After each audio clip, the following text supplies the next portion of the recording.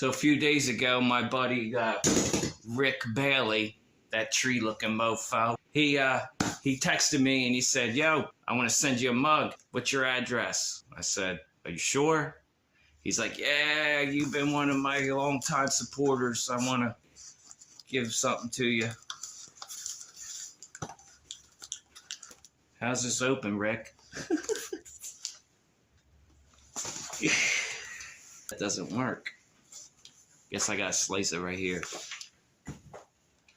Let's try this again.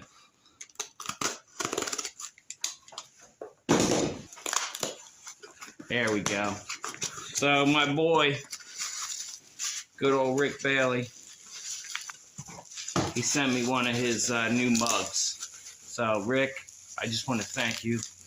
Oh yeah, look at that. Bang. And it's double-sided.